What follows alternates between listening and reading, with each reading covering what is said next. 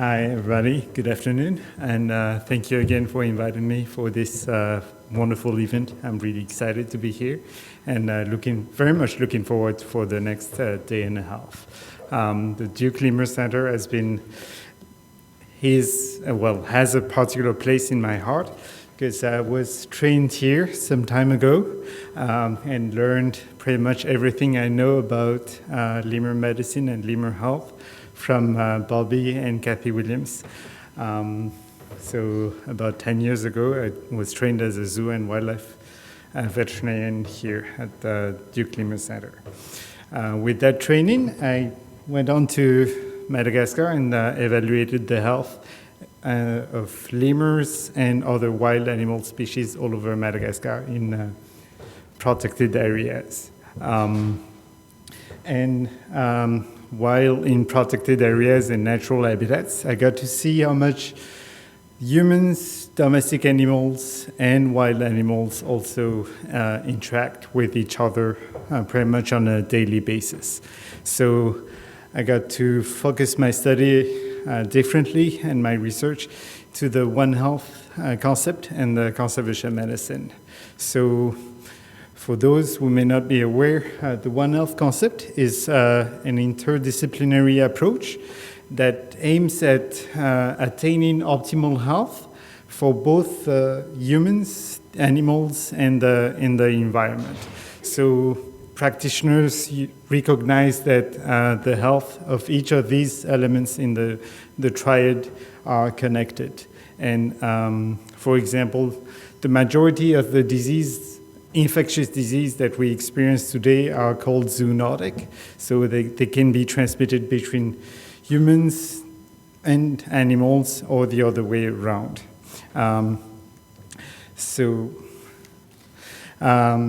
With two studies, I would like to highlight the fact that in Madagascar too, the health of humans and animals are dependent on each other and also dependent on the health of the environment. So first, we'll be looking at transmission of diarrhea-associated pathogens in Fauna, and then the interaction between domestic animals and wildlife and the implications of that for disease transmission. So this is a project that I've been working on in collaboration with, while I was at the Université de Montréal, and in collaboration with the people at the Center Valbio and Pat Wright. So we were looking at diarrhea-associated pathogens. Diarrhea is one of the major causes of disease and mortality of children under 5 years. People say that it's the number 2 cause of mortality. About 2 million children die every year of diarrhea, and especially in tropical countries. And rotavirus, enterotoxinogenic E. coli, Shigella, and Cryptosporidium are the major cause of diarrhea in those countries, including Madagascar. The fact that they are, and they can also be transmitted to domestic animals and captive wild animals, where they cause disease and mortality as well.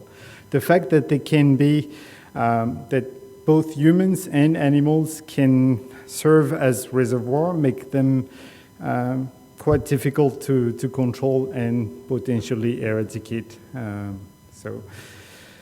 With this, we wanted to estimate the prevalence, see the prevalence of those pathogens in both domestic animals, humans, and wild animals, and see what variables are associated with those infections. Collected fecal samples in villages from humans, domestic animals, specifically livestock, so zebu and pigs, as well as paradomestic rodents, so the rats and mice that interact with humans, as well as lemurs in the Fauna National Park.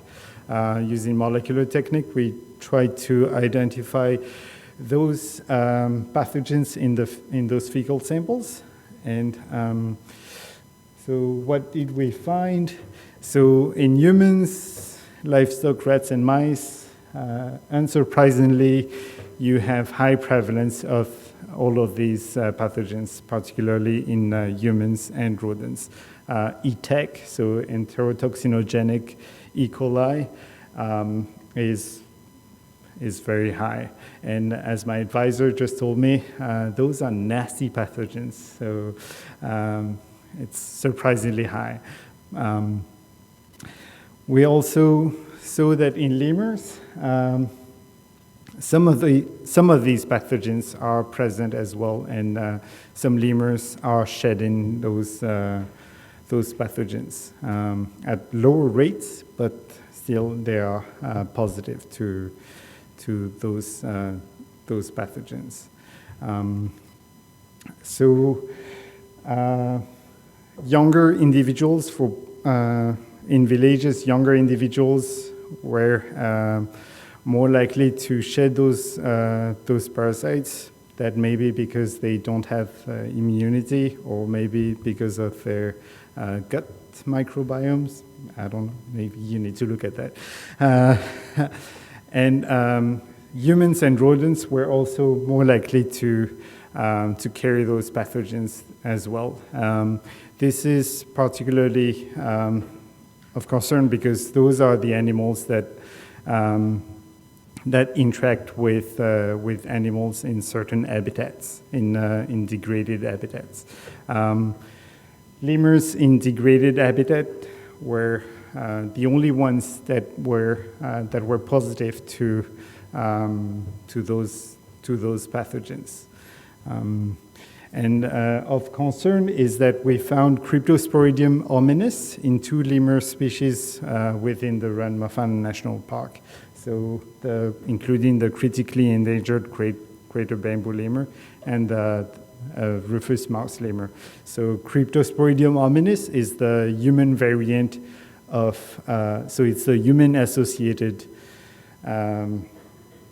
variant of the Cryptosporidium. And this would indicate that the lemurs that got it from humans.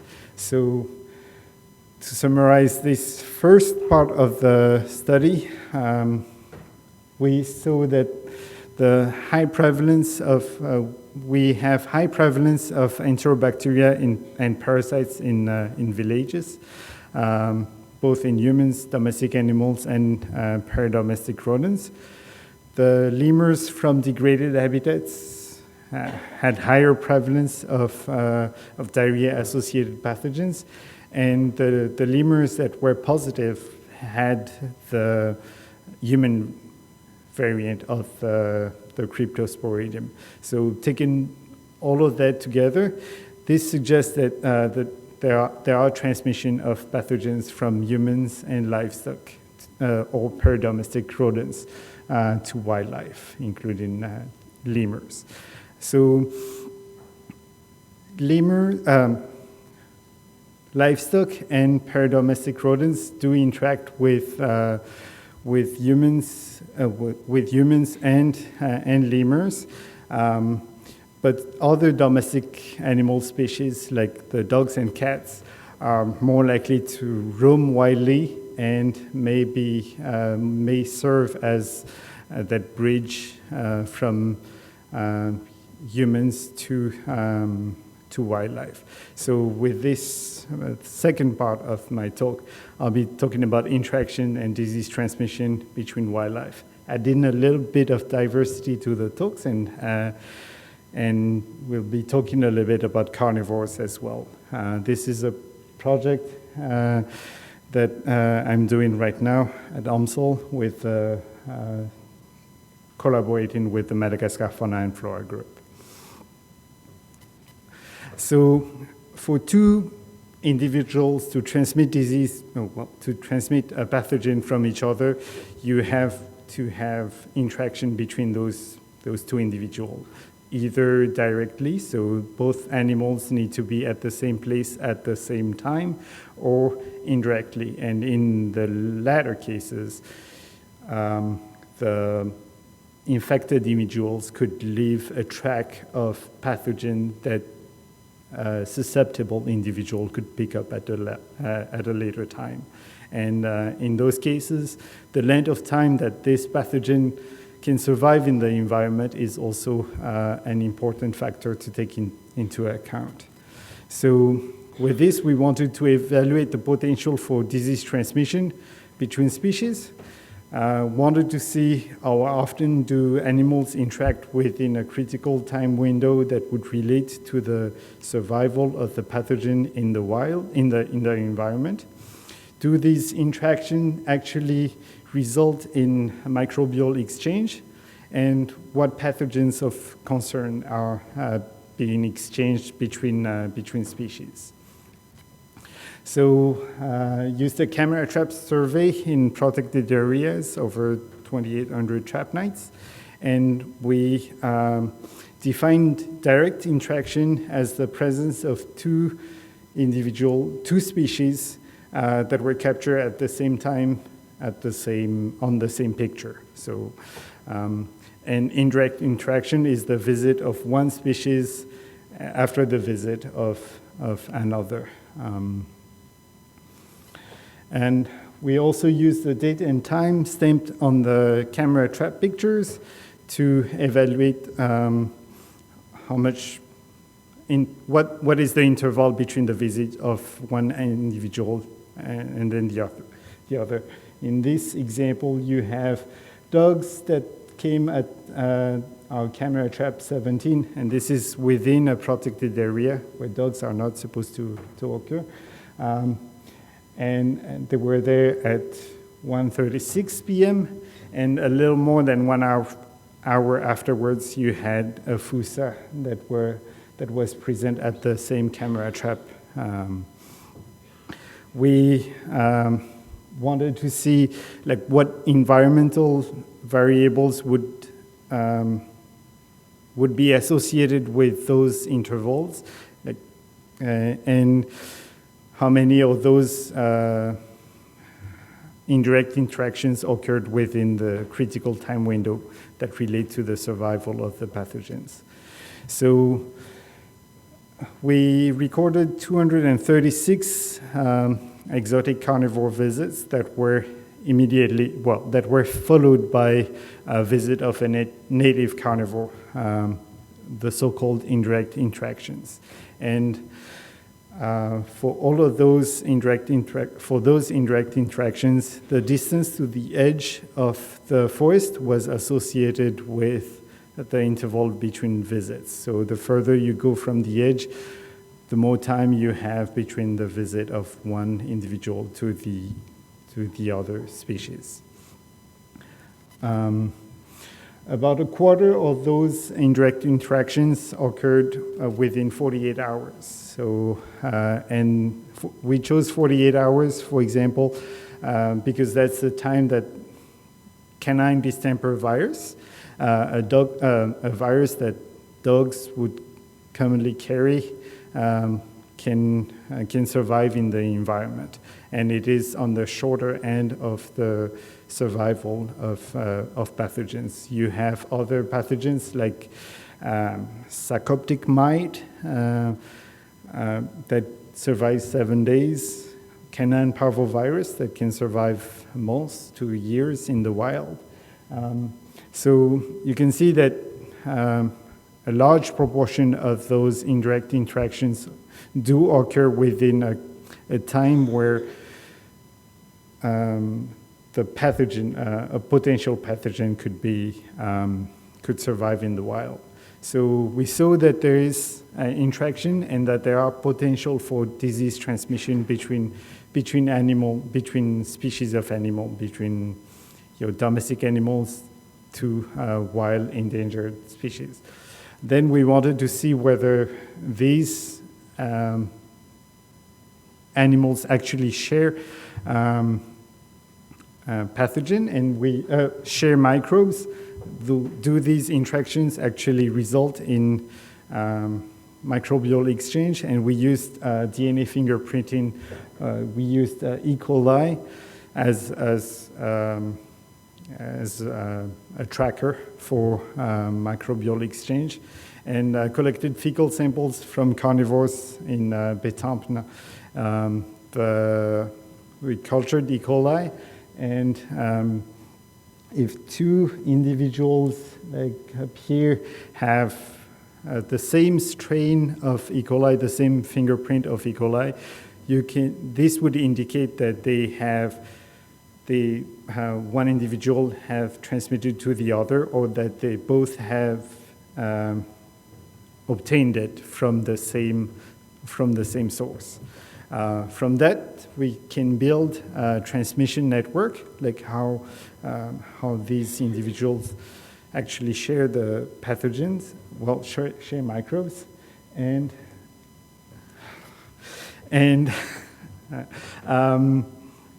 so we build a transmission network, and you can see from this that dogs do share microbes, the same strain of microbes between each other, but some dogs also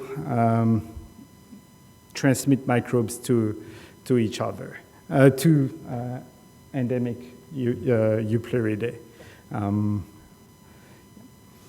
And so we wanted to see whether these microbes, microbial exchange, result in the transmission of pathogens that can be of concern. Those would be the pathogens that have caused morbidity, mortality, or even local extinction of some population of carnivores or other wild animals elsewhere in the world. So